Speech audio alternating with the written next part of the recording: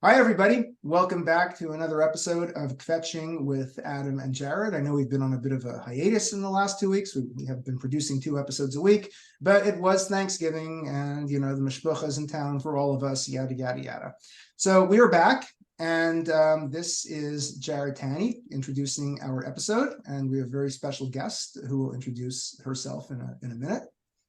And I'm Adam Fuller, and I'm associate professor of politics and international relations, and now Jewish studies at Youngstown State University. And our guest will introduce herself. I'm a professor at UNCW. People haven't figured that out after 15 episodes, but anyway. Okay, it's my turn now, right? Yeah, I jumped the gun. Sorry, guys. It was my fault. I kind of led it to believe that you were next. Well, that's okay. We'll definitely blame you. So it's great to be here. I'm Bonnie Burdman. I'm here in Youngstown, Ohio. I'm a friend and a colleague of Adam's. I work for the local Jewish Federation. I serve as the executive director of community relations and government affairs. I've been in that role for close to 28 years. And have known Adam since he has come to Youngstown State. And congratulations, Adam, on your recent investiture with the new professorship. That's very exciting. Thank you. Glad to be here. It's not an installation. That's what they call it where I am. You weren't installed? Investiture. Yeah. That sounds like very Catholic church-like. It was very regal. He was presented with a beautiful necklace and everything. The medallion, it was great. Oh, why are you wearing it? Because it's way over there. That's why. Because you always bring, sort of little accompaniments with you, be it the magnifying glass. I left the magnifying glass over there too as well. Okay, well, use your props for the next.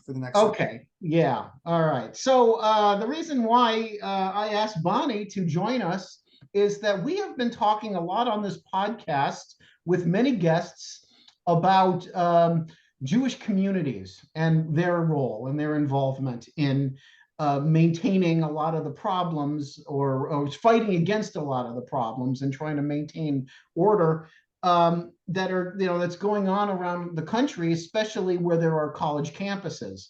So I want to ask Bonnie, who is much more dug in on these issues, what role is there for the Jewish communities? Where are they? What are they doing to combat anti-Semitism in their communities and particularly on the campuses in their local areas?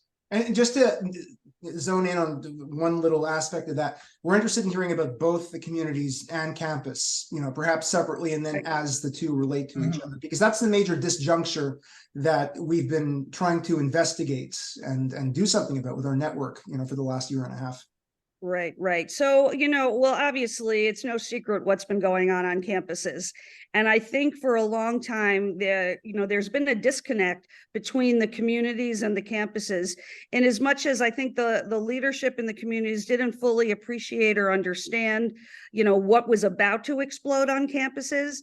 The notion of free expression is something that's very important to leadership in the Jewish community. We all embrace that. We all believe in it.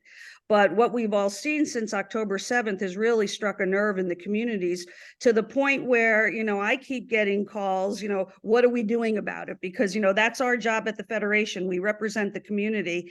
And, I've, since October 7th, I've been on campus a lot, speaking with administrators, speaking with the head of campus police, ensuring that, that things are as safe as they can be, not only for Jewish students on campus, but for all students on campus.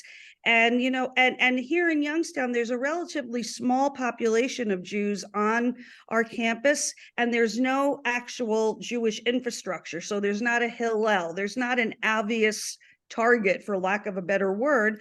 And, we're right up the street from the campus, our Jewish community campus.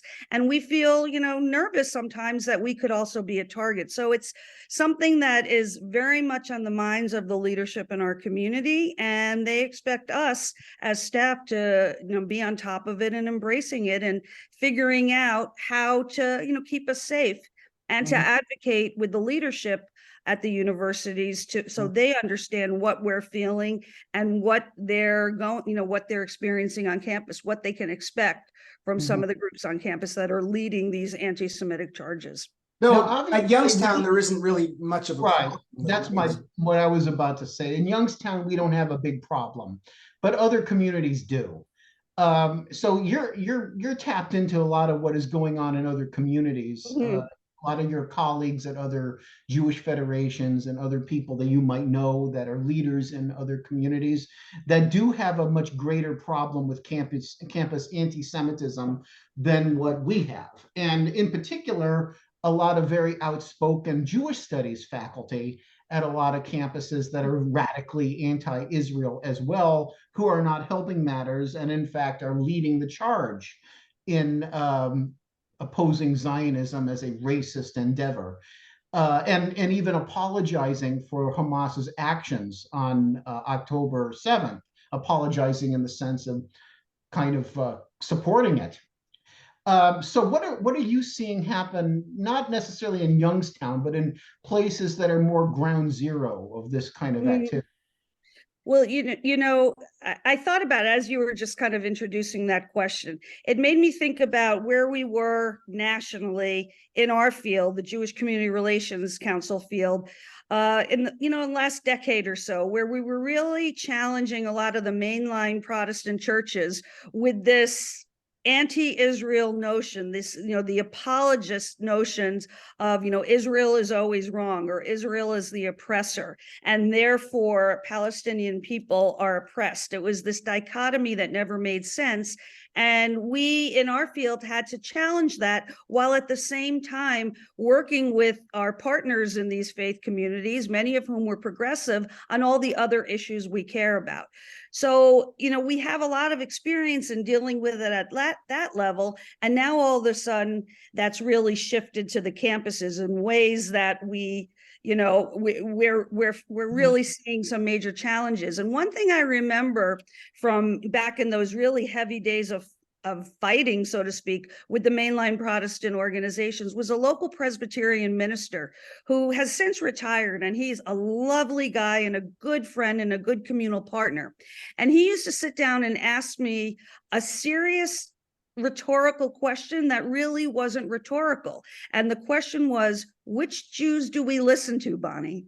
Who do we listen to? And I think that's really harkens by what you just said, when you have anti-Israel Jewish studies faculty or anti-Israel Jewish organizations that really are outside the mainstream of the Jewish community. Well, the short answer is you listen to Adam and me. I mean, now you know who to come to whenever you have a question about this, and you can send all Presbyterian ministers to us. We will be able to handle you.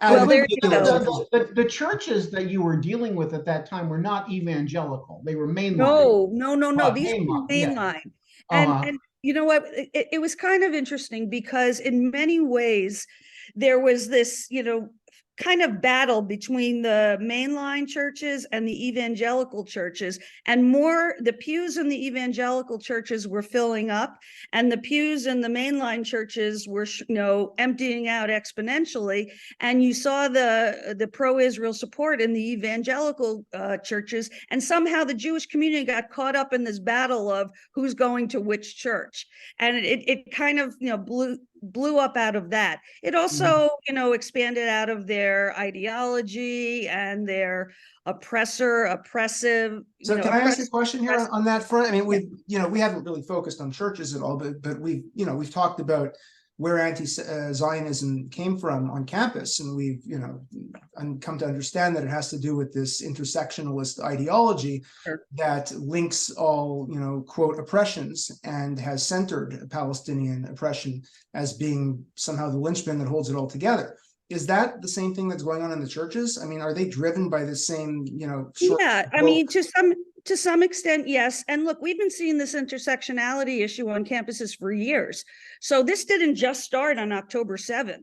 I mean, it's incredibly upsetting when you hear about a Jewish student who's a leader on student government, or is not being allowed to be seated after being elected to a student senate because, well, they're Jewish, they're going to be pro-Israel, you don't belong in our organization. Or someone who wishes to be involved in LGBTQ activities on campus and they're being pushed aside again because they're Jewish. I have a colleague who many years ago was a leader in the LGBT community, and a huge uproar at a rally in Chicago, that, she and her friends were literally, pushed and shouted down because they were Jewish and they dared to hold an Israeli flag at a pride event.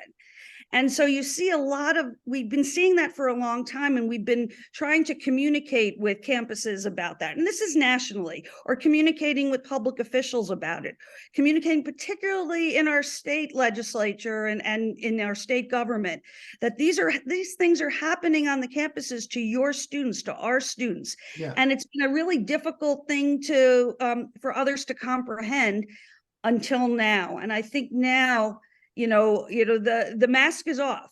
There's no cover left. I mean, you have individuals, you have groups that are hailing what happened on October 7th as somehow Israel's fault. And, it's really shining a light on the backwardness of the ideology. Yeah, just to add to that, and I'm thinking about the Chicago Dyke March as being the, yes, that's what I was talking about, obviously. Yeah, so I mean, I remember after some of those incidents took place, I remember some people making some comments to me saying, well, why would anyone even want to bother to participate? They don't want you, just go somewhere else. But the point is, there is really nowhere else for them to go if they want to get out of the Jewish community and participate in, quote, progressive causes, because there are a lot of people who believe in causes that are associated with the left as policy without subscribing to the actual intersectionalist ideology. It's quite possible for that, for them to do that. But what's their alternative at this point? To, become a Republican? I mean, they're not going to become Republicans at this point. And the liberal middle has essentially died out. I mean, liberalism doesn't exist anymore. Yeah, I think it's a pretty good assessment. Absolutely. We have I won't name him, but a friend who does work for us in the network, and a really close friend, and he works in a quote progressive Zionist, circle. And his goal is to try to make, or his group's goal is to make Zionism accepted in the progressive movement. That it's just the Jewish expression of our ethno-national identity in our homeland, and we could have two states, and the Palestinians could live at peace too. But I'm skeptical. I don't think that'll ever happen, because that's not how intersectionality works. Well, maybe the problem, and maybe this is a bit incendiary for me to say, that the progressive left is just not ever going to be comfortable with Zionism, because Zionism has become in and of itself a conservative viewpoint. And perhaps, I mean, obviously I'm a little bit biased on this, but I happen to think that the political right, or at least the mainstream political right, is all about individualism, right? It's all about people having the freedom to be who they are, right? And be free of the law, with some exceptions, of course. Well, so long as you're not supporting abortion and gay rights, but that's a different matter. Oh, but even something like gay rights. You said it, Jared, not me. Jared, even something like gay rights, most Republicans are for gay rights. Now, there's an opposition that many Republicans have to gay marriage, but there's been, there's an argument there that has really nothing to do with people being allowed to do whatever they want in their own bedrooms. But I mean, that in and of itself is a bit of a trickier line. But there is already Obergefell, which has sealed the deal when it comes to that particular issue, so it really doesn't matter much anymore. So the question is, is it really that big of a deal for these particular Zionists to vote Republican? At least if you're talking about ones like Nikki Haley or Chris Christie, I'm going to answer as a Canadian. I'm going to answer that one. I'm going to interrupt. Right. So yes, we have Obergefell, but we also had Roe versus Wade. So let's, remember that things can change in ways that aren't always popular. And I can tell you that I've had gotten the question directly from leaders in the Republican Party who have specifically looked me in the eye and said, Bonnie, we aren't so pro-Israel. Why aren't the Jews voting for us? And, I'm the product of, two New York Jewish union members. My mother was a school teacher and my father was an entertainer. And they, and they come from that background. And I think they, their parents probably had pictures of, Roosevelt on their walls and all kinds of things going on in that genre. And my mom, growing up, my mom was a really strident Democrat. In fact, I always joke that she used to send me out to get the petition signed for the public, the candidate she was supporting. I was 15, but so legally I couldn't do it, but she didn't want to walk around the neighborhood. But she got me, hooked on politics very early. And I remember meeting Bella Abzug in my living room. So, there's a whole history there that you can't get rid of, and you can't just dismiss easily, of Jews supporting progressive causes. But instead of asking the question, let me just step in on one thing about voting Republican, let's ask the question, why is it inconsistent to be Zionist and progressive? And I think that's the real question that we really need to get to. Let me just step in. I want to just respond as a Canadian for a second here, because I've observed, and this goes back to the beginning of what Adam said, that people are tied to their political party. Their political party is central to their identity, in terms of what, we all like checking off boxes for what we belong to. For Americans, political party is one of those boxes. It is not like that in Canada. And Canada, of course, we have the same issues with, woke ideology, and people don't have the same, well, I'm, tied to the Liberal Party or the New Democrat, the NDP party, so I can't possibly cross over to the other side. That'd be subverting the identity that I've cultivated for the last 20 years. Now, granted, the Conservative Party in Canada is in many ways to the left of the Democrats here. So maybe it doesn't work perfectly. I don't agree with that. Maybe you were right. I don't want to get into a tangent on how the party structure. Yeah, I know Canada doesn't. I could spend a whole hour talking about it. I already do in class. I was going to say you could probably teach a whole class on it. Right. But I want to get back to your question about why Zionism is naturally anti-progressive, or it's not consistent with progressivism. It used to be at one point in time, right? Progressivism used to mean something very different. Before the 1967 war. Before the decolonization, the Zionism was fit in nicely with things like that, with the Woodrow Wilson's 14 points and all of that. But now, because the progressive ideology is so virulently anti-nationalism, and the notion that selectively anti-nationalist, right? They won't have a problem with Palestinian nationalism.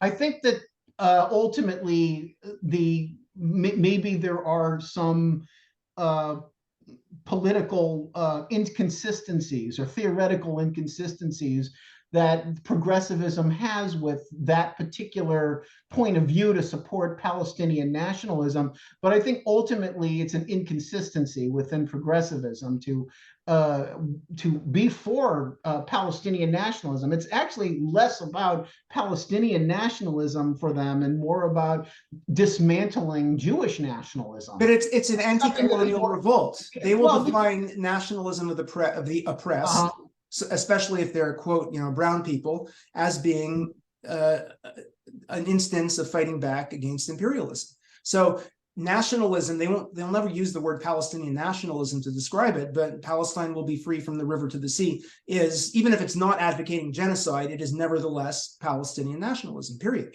Right? And so it is a major inconsistency. But for them, it's all about the victims are allowed to be nationalists because it is. Well, but we also have to remember that Jewish victimhood, to the extent that it existed, and it of course did, is irrelevant. And it's been irrelevant for 75 years because we're not just hearing, conversations about how the Jews took a wrong turn in 1967. The great catastrophe happened in 1948. And so all we're hearing now is, 75 years of occupation. I will engage in a conversation that starts in 1967. I will dismiss anybody that starts talking about 75 years of occupation, and that's what we're hearing now. So that is inherently anti-Semitic. It is inherently anti-Jewish, and that is something that I don't think our young generation fully understands.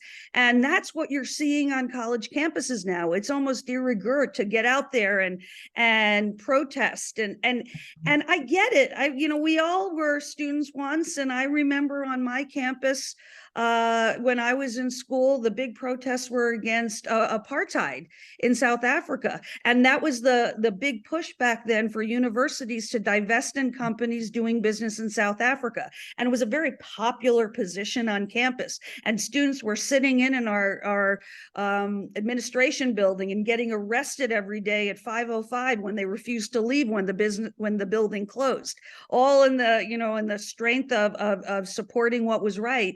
And it became a national story when one day, and I know this because I was a college journalist and I covered this story, when the faculty senate was meeting on one of the days of the 5 p.m. protests, and instead of talking about the issue that was on the agenda, some professor got up and said, "I don't know about the rest of you, but I feel our place is with the students." And they all got up, walked across the quad, and got themselves arrested with the students, and it literally became national news. So it's stuff that people get caught up in because they think it's right without really looking at the history or understanding the history. And when you try and explain it to them, they'll dismiss it that you're either, well, you don't really get it, or you don't, you're not living it. I did a podcast a couple weeks ago. I was asked to go on one with a local journalist, and he told me that he was going to have a similar one with an individual who is from Youngstown but now lives in Ramallah, and he's got a major international reputation now. He's published in the New York Times. He's published in USA Today as a columnist. The moment I knew that he was going to have this guy on the competing podcast, I knew I had to have someone from Israel with me, because I can talk about it left and right. I can cite the history, but I don't live there. So I'm not an authentic voice. And so I think that it's our jobs, and this is kind of getting us back to the initial question of what we're doing in the communities, of bringing those authentic voices, raising those authentic voices, bringing them to the campuses, and educating as many people as possible, including, just regular people who have virtually no understanding. As recently as last night, I was at a dinner with some colleagues, non-Jewish colleagues, about an issue that had nothing to do with Israel. And all they were saying, Bonnie, we just don't understand. This is horrible. I just can't understand how it got this bad. And so it's not just the students, it's everybody, because it's not, the Middle East isn't on their radar screens until it is. And right now, today it is. Yeah, no, professors in these ethnic studies and gender studies programs, I mean, they're all Americanocentric. They're not trained in history. They don't have the equipment, the tools, or the knowledge to really evaluate the Middle East. And they end up just taking their deeply flawed social justice intersectionalist ideology they used to study American studies, which might have some value or it might not have some value that's not relevant at the moment. And then, just dumping it in any part of the world that is fashionable. And groups like Students for Justice in Palestine have inserted themselves to make sure that Palestine is on their radar. And then they end up adding it to their list of causes they need to speak out against, saying, hey, the Palestinians are brown people and the Israelis are white. This is the model of imperialism and decolonization. So, this needs to be on your radar. And everyone knows the Jews have global power, and that triggers anti-Semitism that I would say is a stain on Western civilization that just simply didn't vanish because of the Holocaust. It's there below the surface. I want to get back to Adam's first question, the second part of it. So that's what I want to ask. Where's the Jewish community? Say, for example, you have this guy who is a virulent Zionist who happens to be the professor of Jewish studies at Regional State University. All right. Yeah, that's so. Just to expand, that's exactly what I was going to ask. But to what extent is the Jewish communities and the different federations, are they cluing into the fact that a lot of this is coming out of Jewish studies? Because I joined this Facebook group, Mothers Against College Anti-Semitism, and they're aware there's anti-Semitic faculty on campus. But I brought up, do you know a lot of this is in Jewish studies? And they had no idea. Yeah, yeah. Well, I to be clear, I'm a member of that group too, that group as well. So that's blown up. But yeah, I think that I think Jewish communities, those of us who are in the field, and there are about 100 to 120 of me around North America who do the work that I do in various Jewish federations. So we're very clued into that. And, you know, Professor so-and-so at Regional University, Professor of Jewish Studies, there are many of them. And so I can at least speak to what we've been doing, you know, we do here in Youngstown versus, you know, vis-a-vis our university, and a lot of our colleagues do that as well. We work very hard to anticipate problems in advance and build the relationships in advance for when these problems arise. We hope that they don't arise, but they often do. So when we see, you know, so for instance, on our campus, you know, Adam has just, you know, assumed the leadership of the Center for Judaic and Holocaust Studies, and he's expanding it to include Israel studies, which I think is wonderful. And there's an advisory committee, and we make sure that we serve on that advisory committee so we have a footprint on that, on the campus. I make sure, and my colleagues make sure around the country, that we develop relationships with the deans and with the department chairs and with the university presidents to a certain degree in order to, you know, be able to get their ear when these issues arise. And, you know, oftentimes those of us here in small communities, we kind of lament the fact that, yeah, I'm in little Youngstown, Ohio. What can we accomplish versus, say, my colleague in Boston, who is a nationally known Jewish community leader with, you know, very major issues at the campuses in his, you know, in his region, as we all understand. But in a smaller community, we can accomplish so much more exponentially, where we can get to the presidents. In one phone call, I can get to the president of YSU or to the provost, who I sat with at, you know, next to at Adam's investiture. And we had a conversation very similar to the type of question you just asked, Adam, where, you know, we feel comfortable that as we're dealing with this problem of anti-Semitism, which it's not so terrible at YSU now, but I fear it can get worse, but at least I feel like we have a bit of a firewall to address it before it completely explodes. But you can't stop them from hiring an anti-Zionist professor in an Israel studies program, assuming. Well, yes, to a certain degree, there are ways to get engaged in the process. Can you stop it? No, but if you're if you're good at getting out in front of these things, you can potentially have a voice in some hiring decisions. Listen, you know, I'm never going to assert that from my position at the Jewish Federation that I have any control over who ultimately is chosen to be on the faculty at Youngstown State. But I do have some input, and I've had some input. And sometimes the input has been followed and in a positive way, and sometimes not. But we have to just continue to keep at it and make sure that the powers that be understand that there are going to be individuals in Jewish studies, Jewish individuals who do not represent the mainstream and will ultimately cause problems on the campus, particularly with the Jewish community at large. Mm-hmm. So, you know, I'm going to just say one more thing, just to draw an analogy. And I thought a lot about this over the coming weeks. So I think about Congresswoman Rashida Tlaib, who we all know what she believes. She's a member of the squad.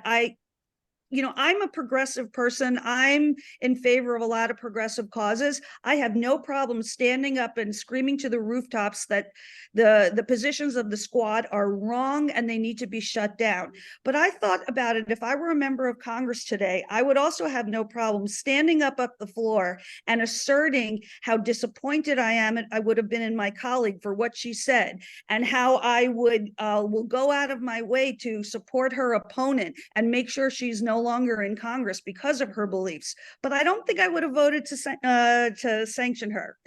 And I know there might be some disagreement here, but I think that or a censure, because I think that is such an extreme remedy, and I understand where she's coming from. And sometimes when you engage in extreme remedies in a way that not everybody's going to agree with, it takes away from the message you're trying to send.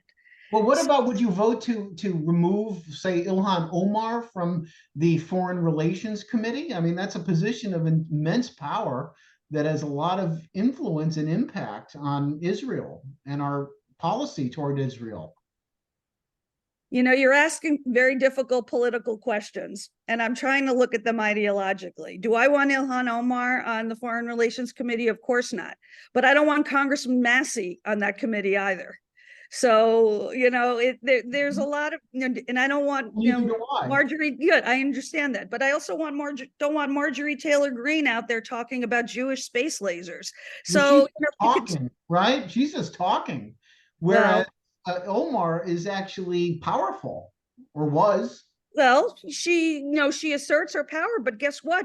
We work really hard to lobby Congress and to make our presence known to ensure that, she's in the minority. We can only control what we can control. And so our job is education. Our job is to get the word out. Our job is to work with the members of Congress. My job is to know who's in office and to ultimately know who's going to be the next president of Youngstown State University, who is currently my member of Congress. But it's very different in Congress than it is in terms of faculty at a university. Because I want to ask a follow-up then. I want to ask a follow-up. So, all right, so you call up the administrators. Yes. You see that there's a problem. What if you have a president of the university at Regional State University that happens to be someone very much like Elizabeth McGill, who today, questioned by Elise Stefanik in Congress, would not answer the question, the simple yes or no question, is calling for a genocide against Jews harassment? Right. What happens a nutcase like that as an administrator? Well, I would certainly engage in the conversation, but I would also start, I'd recognize that I'd have to work around that president and start, working other angles. Community relations, and the way a community relations professional approaches her work, like I do, is very different than maybe the way you do it as a faculty member. And remember, I'm not on the faculty, so I don't have anything to lose per se, as someone who's maybe looking to get tenure or looking to advance their position on campus that might cause a problem. And I can utilize the collective strength of my community to call out that university professor as engaging in absolutely absurd behavior, just like McGill did when she would not, call essentially genocide against Jews outrageous. Okay, but hold on. A president of a university is a politician, and they're far more vulnerable than a tenured faculty member. A tenured faculty member will have protection of freedom of speech and academic freedom in a way that a president of a university won't, because ultimately that is a political position. So I think, the president of the university, McGill, is more akin to someone who's a member of Congress. But if you have a professor who, even today, even after I listened to this horrendous report on NPR about the sexual crimes committed by Hamas, it was unbelievable, some of the stuff I was hearing. And even if tomorrow, if one of these professors goes out and says that was an exhilarating attack on October 7th, they'll get away with it. There's a very good chance they will get away with it. Well, that's true. And of course, we know there was a professor at my alma mater, Cornell, that did say the attack was exhilarating. And from what I understand, he's on a temporary leave right now. I'm not sure exactly what his status is, but my suspicion is he's still getting paid. Oh, so, yeah, of course. Yeah. I mean, he'll be let back in the end. I mean, what he said, I read the quotes exactly. That's protected by academic freedom, unless he went up to Jewish students and started saying it to their faces. But on the other hand, there was that professor at USC, Adam, do you know what his status is? That guy Strauss, the economics professor, who went up to a group of students demonstrating and said, I hope they kill all of Hamas. And then he's been put on leave also. Right. And then he, I mean, I can understand why. And, I mean, I'm all about fairness and meting out punishment as well, because if I'm going to stand up and be very strong, advocate strongly against an academic or a university president, I do not want to be accused of hypocrisy, because that's going to completely undermine the argument. And we've had that situation in the past. I mean, this has nothing to do with Israel per se, but I think it demonstrates why you have to be careful about engaging in hypocrisy. So there was an individual in our community who was identified as Palestinian, had been in the community for 30 plus years, was a business leader, raised his family here, and was a relatively respected member of the community. He was virulently anti-Israel, and his kids, who are now all adults, were worse. And so obviously there was nothing in common with them on Middle East politics. However, his kids grew up with kids of leaders in the Jewish community, and they went to high school together and they were friends. This guy was not a citizen. His wife is a citizen, his kids were a citizen, and he was now being subject to deportation under, that whole deportation situation when President Trump was in office. And there was this big uproar in the community that we got to save this guy. Now, was that the convenience store owner? Yes, exactly. Okay. Right. Yes. Yeah. Yes. And I got calls from leaders in my community. Bonnie, what are we doing about this? We've got to stand up against the unfairness of him being deported. And I gave it a lot of thought, and I made the determination that we needed to stand up for immigrants. And even under the circumstances I'm about to describe, because others complained to me that we did so. Bonnie, don't you know that he came to the country illegally? I said, absolutely. I read all the court documents. And before he was married to this woman of 30 years, he was married to somebody else, lived in California with his wife, her lover, who was the father of her child. So yeah, he was, had a sham marriage first. Well, don't you know, Bonnie, he's gotten his day in court? I said, yeah, he's been in court for years. So why are we supporting this guy? Well, we support immigration. We were all immigrants. But more importantly, as a matter of strategy, if we have to stand up and assert that the local Muslim community is being anti-Israel or anti-Semitic, we have to insulate ourselves from charges of being Islamophobic. And that argument worked, and we got a lot of good credit for standing up for this guy, who ultimately got deported, but not because, Why was he deported? Because he was an illegal immigrant, or because he was not a citizen? That is correct. He wasn't illegal. Yeah, I mean, personally, I would say it's not quite the same, but to me, I really think it's important to avoid hypocritical arguments, and I think those make them stronger, and they stand better in public. Well, my view is, you take whatever position you take, you should not take the anti-Zionism into account. Whatever your position on immigration is, apply it exactly. But the thing about the John Strauss incident, though, at USC, though, was that he didn't say all Palestinians should be killed. Yeah. He said just Hamas. Yeah. So I'm not sure if that's the sort of thing that needs to be called out. It is a major issue. The one thing that he did that is not acceptable is that he shouted that to students. And, they teach you on day one of faculty orientation, don't fight with your students, don't sleep with your students, and don't get drunk with your students. And if you do that, you're okay. You can pretty much say whatever the hell you want. Unfortunately, I've known some who have done all three. So well, yeah, of course. But it was easier to get away with that stuff like 30 years ago. But so yeah, no, I mean, the issue there, if anything does him in, I'm not suggesting that anti-Semitism and bias against the Jews isn't playing a role here. But if they have anything on him, it's the fact that he went up to a student demonstration and did that. Yeah. And that's something, that we faculty all know is a line that we should not cross, irrespective of the cause. If we want our students to go ahead and do it, that's fine. Here. Yeah. Hey, look, when that incident happened in Chicago early on, shortly after October 7th, where a young mother and her son were attacked, and the boy died. They were Muslim or Palestinian origin, and the boy died, and the mother was in critical condition. We were, the Jewish community spoke out strongly against that. Absolutely. Same with the Palestinians who were shot in Vermont. We should have. Yeah. And what's so disheartening now is we're not hearing the same thing.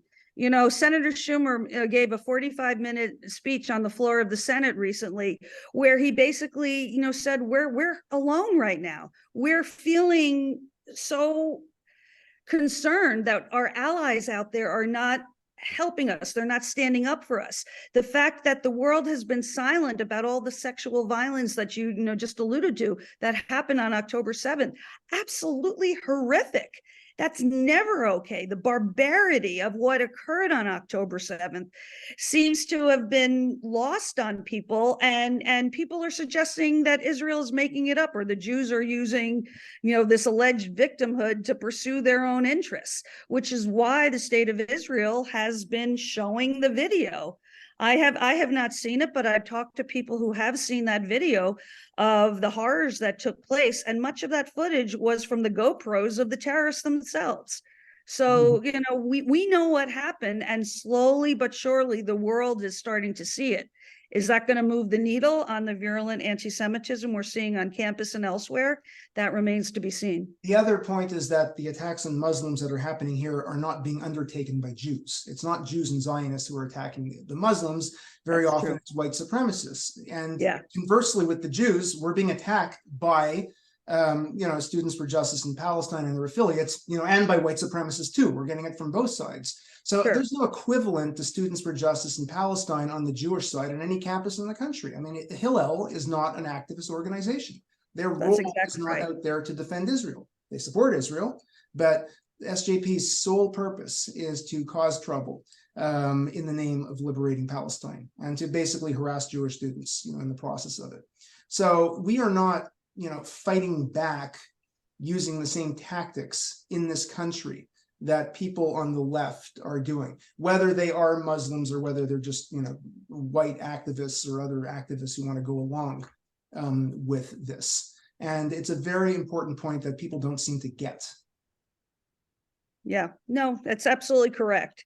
And it's a tough one when, those of us in the community relations field who tend to be more center left are working with our communities and our leadership, many of whom also tend to be center left, to reconcile that, these very issues and the intersectionality problems that we've been talking about. And I will tell you, there's so many, there are many of, friends and colleagues who are starting to think, well, maybe we should rethink who we're voting for.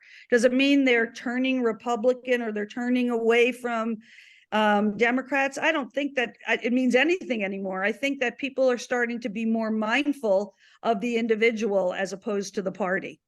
And we'll see how that goes. Let me ask a question back to the community and the relations with the universities. Mhm. What about donors? What role do they play? How come we're not seeing donors fighting against this? I mean, we are. The endowed positions in Jewish studies are key here, right? Right. Yeah. I don't mean donors of the universities. I mean Right. donors of Jewish studies programs in particular. We are seeing that. It is happening that there are, first of all, well, we're seeing it nationally, of course, at the major universities since October 7th, but specifically as related to Jewish studies programs, we're absolutely seeing it. And they're, it oftentimes will depend on how the documents are written. So perhaps, let's say at Regional University, an endowment for Jewish studies was created for a Zionist professor. And then, fast forward to a subsequent professor who's given that position, who is anti-Zionist. There are ways for the original donors to address those issues, and I've seen that happen. Oftentimes you see donors to universities who are giving money that's tangential to Jewish studies. For instance, as an example, let's say someone gives money to provide scholarships to business students who take Jewish studies classes, and I've seen that happen before. And when they find out that there might be an anti-Zionist professor teaching those Jewish studies classes, they're making some phone calls to the folks that are controlling the endowments. Hold on, you said Zionist professor. I don't think they could use language like that. Well, sometimes they do, but because it's a political position. The donors can say whatever they want. That's true. Yeah, that's at a state school too, really? Yeah. Oh, yeah. Well, it depends. A lot of it depends on how these original endowments are set up and, how they're written. So usually once the money transfers, the money belongs to the university. But at the end of the day, the university is still not going to want to completely ignore the original donors, even though they theoretically have the legal right to do so, because that's going to be a chilling effect on future donations. So they're always thinking about the future. So donors always have a role in this. And remember, it's not just Jewish donors, because the minute you start talking about Jews and money, we have another whole set of issues we have to discuss, and believe me, that thought is considered when Jewish donors try and flex some of their muscle. Now, you don't have to be specific with naming names, but have you ever actually seen a donor at a university make a significant change in the attitudes of its Jewish studies faculty and force administrators to crack down on what Jewish studies is doing on campus? Okay, so that was two questions. Have I seen an impact on attitude? No. Have I seen where a university has cracked down on actions? Yes.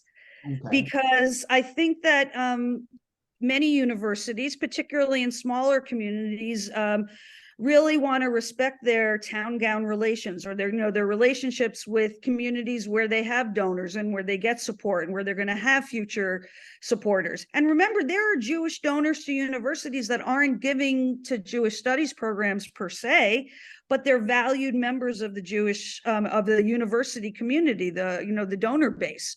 So the universities don't want to make waves there either. So yes, I have seen where an actual impact has been made, but I don't believe that the change has been made to overall attitudes. I just think there's been a little bit better behavior where there's some nicer sandbox playing while they're in that position. I have a feeling that, especially after the big blowout in 2021, which has only gotten worse, May 2021, I think, was a wake-up call when over 200 scholars, signed that, Jewish studies scholars signed that statement basically defending Hamas. Entire departments did. Yeah, no, absolutely. Right, In terms of Jewish studies, I have a feeling that after October 7th, some of the people who are in endowed programs, have been suggested to by people above them, the faculty, colleagues, just maybe watch what you say in public a bit. Because since October 7th, there have been far fewer Jewish studies faculty, being very vocally, anti-Israel and pro the other side. I mean, there's still a lot of people who are doing so, and some very notable ones. Someone like Omer Bartov, a leading Holocaust historian, won't shut up about this genocide stuff. So they're in an untouchable position, but I have a feeling at some of these smaller programs that rely on a lot of money from the outside, they're just kind of keep it to yourself. Don't be so vocal about it, which is not a solution, but it's a temporary fix. Yeah, absolutely. Of course, they have the right to say, hey, I'm not going to. This is my academic freedom. I could say whatever, on my political freedom, I could say whatever I want. No, I don't want to get into naming names, but since we've already talked about it on our podcast before, I don't understand how the Jewish community in Ottawa doesn't get more outraged over the screening of that Israelism film on the Carleton campus. Where are they? Maybe they're making noise and we're just not hearing it, but where are they? Well, they can't stop the screening. No, they can't stop the screening, but are they vocally against it? What are they? What about donors? Are they involved in saying what's going on here? I don't know how the funding structure works at the University of Ottawa, but I'm not just talking. It's Carleton, not University of Ottawa. But University of Ottawa, Carleton. Yeah, but the professor in question who screened it, she doesn't hold an endowed Jewish studies position. She's a professor in international relations. But that's just one example. Like, we've talked on this podcast and we've released statements for JSCN. We're all aware of it. All of these various incidents, and I just have to wonder, why are we not hearing about the donors? Why are we not hearing about the communities? Well, we are. I mean, they're just not very loud. I can tell you that the Israelism film is being screened at universities and in communities around the country. And my colleagues around the country are stepping up and addressing the issues. And in some places, the screenings have been canceled, but not everywhere. So there is a concerted effort to try and challenge these programs that are coming to campus that are really outrageous and completely misrepresent what's going on, or are such, represent just a small piece of the community. We always talk about that big tent, real big tent, and some of these folks on the left and the extreme right are way outside the Big Ten. I mean, look at Naturi Carta, for God's sakes.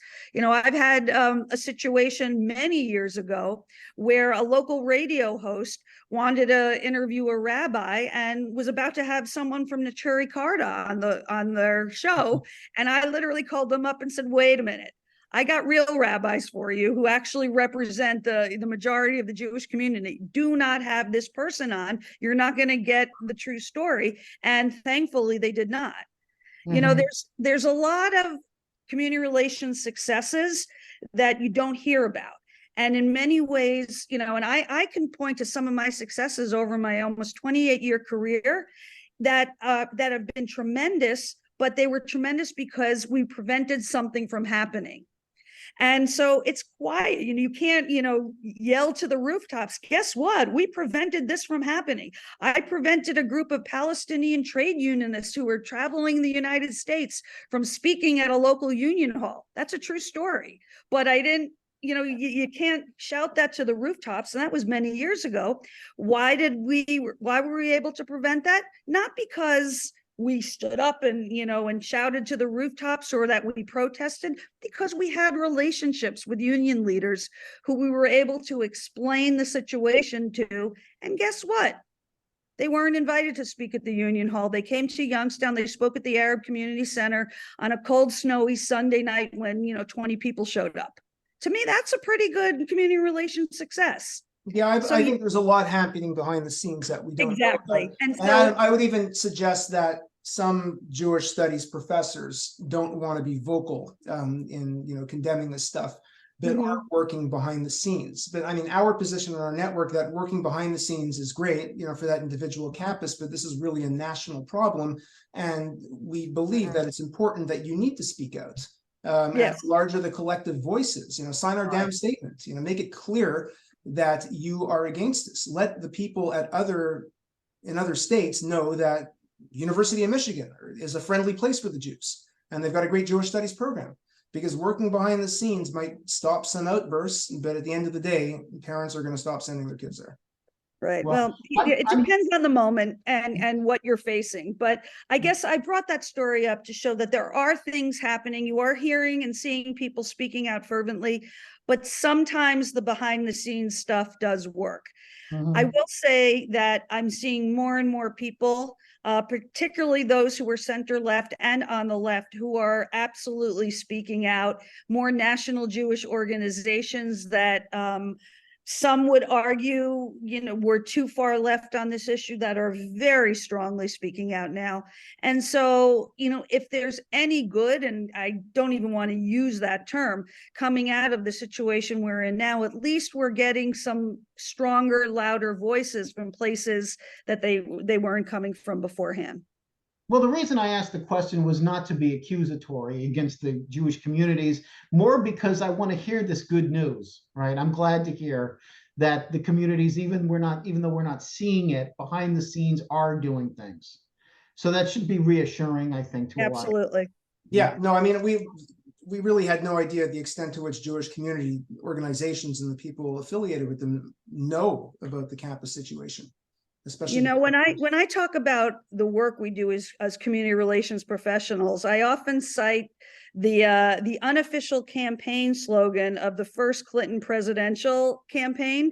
If you recall back then, on the big whiteboard, or it was a chalkboard back then, James Carville wrote, "It's the economy, stupid." Well, I often say it's the relationship, stupid. We spend more time doing a whole lot of nothing. And the nothing is something, it's important, by building friendships and building relationships, so then we can deploy those relationships at the very moment they're needed. And it doesn't always seem like we're doing a lot, but we really are. And I have a lot of faith in my colleagues and a lot of respect for the work that we all do. Terrific. Well, we're nearing the hour mark, and Adam and I have made a commitment to try to keep our episodes under an hour. I think we've succeeded maybe once. Any final questions or thoughts from anyone as we wrap up? No, I thought this was very good. We learned a lot.